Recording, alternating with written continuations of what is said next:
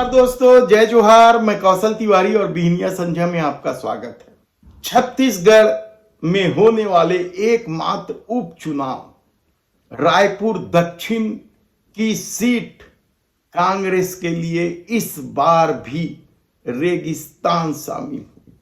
बड़े लंबे अंतर से भारतीय जनता पार्टी के उस नेता ने कांग्रेस को हरा दिया जिस नेता पर निष्क्रियता का आरोप लग रहा था, और इस आरोप के बावजूद सुनील सोनी ने 46,167 वोटों से जीत दर्ज की।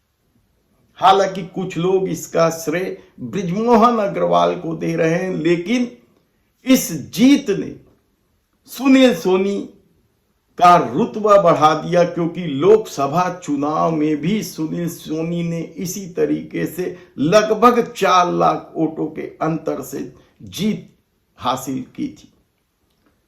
तब सवाल यह है कि सुनील सोनी की जीत से क्या सिर्फ कांग्रेस के आकाश शर्मा पराजित हुए, या वे तमाम दिग्गज नेता जो चुनावी रणनीति को साध कर अपनी पूरी ताकत झोंक दिए थे, जिसमें आप भूपेश बघेल का भी नाम ले सकते हैं, चरणदास महंत का भी नाम ले सकते हैं, और भी कई दिग्गज नेताओं का नाम ले सकते हैं। पीसीसी अध्यक्ष दीपक बैच तो सक्रिय थे। लेकिन क्या सुनील सोनी की जीत से सिर्फ कांग्रेस हारी है? यह बड़ा सवाल अब उठ रहा है, क्योंकि जिस तरीके से चर्चा है कि सुनील सोनी को अब मंत्री बना दिया जाएगा।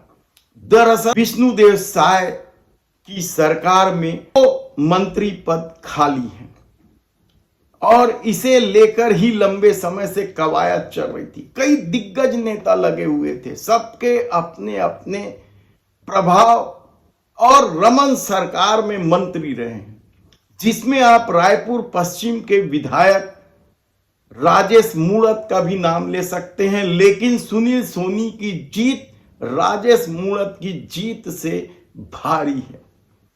अजय चंद्राकर, अमर अग्रवाल, विक्रम उसेंडी फेहरिस्त है पूरा नेताओं का, जो लोग रमन सरकार में मंत्री रहे हैं।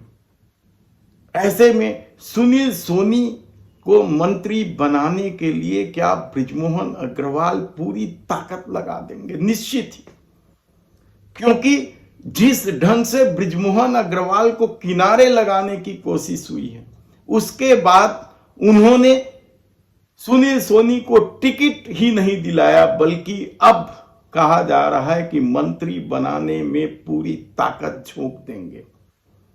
लेकिन दूसरी तरफ डॉक्टर रमन सिंह भी अपने लाडले माने जाने वाले राजेश मूणत के लिए पूरी ताकत लगा चुके हैं। तो क्या सुनील सोनी की जीत अब राजेश मूणत, अजय चंद्राकर, विक्रम उसेंडी, अमर अग्रवाल सब पर भारी पड़ने वाले? क्योंकि रायपुर जिले से एक को मंत्री तो बनाना है। हालांकि रायपुर लोकसभा से एक मंत्री है, टंकराम वर्मा, जो बलौदा बाजार से जीत कर आए हैं। वे राजस्व मंत्री है, उनके अपने किस्से हैं। वे किस तरीके से विवादों में हैं, यह किसी से छिपा नहीं है। पटवारी, तहसीलदार, लेन देन, राजस्व, जमीन, सब तरह के विवादों में टंकराम वर्मा घिरे नजर आते हैं। लेकिन रायपुर जिले से यदि मंत्री बनाने की बात होगी तो क्या राजेश मूणत का पट्टा अब कट गया है? यह बड़ा सवाल है।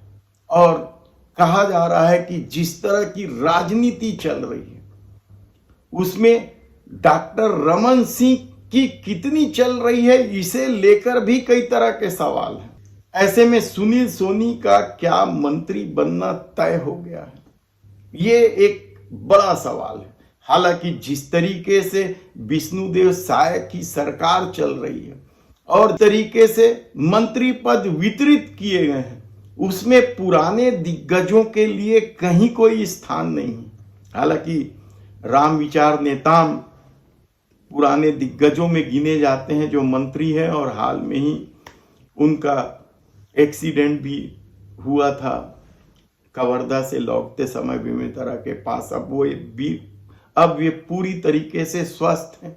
हालांकि कृषि विभाग को लेकर, हार्टिकल्चर खासकर, उसके अपने किस्से हैं, और चर्चा तो इस बात की भी रही कि हार्टिकल्चर राम विचार नेताम की बजाय कोई और चला रहा है। लेकिन अब जब दक्षिण भारतीय जनता पार्टी ने जीत ली है, एक तरफा जीत दर्ज की है, सुनील सोनी के बारे में कहा जाता है कि वे ऐसा कोई काम नहीं करते जिससे किसी का अहित हो।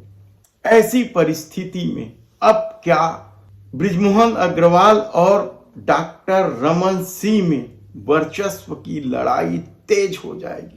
ऐसे कई सवाल हैं। आने वाले दिनों में इन सवालों का जवाब भी मिल जाएगा जब मंत्रिमंडल का विस्तार होगा।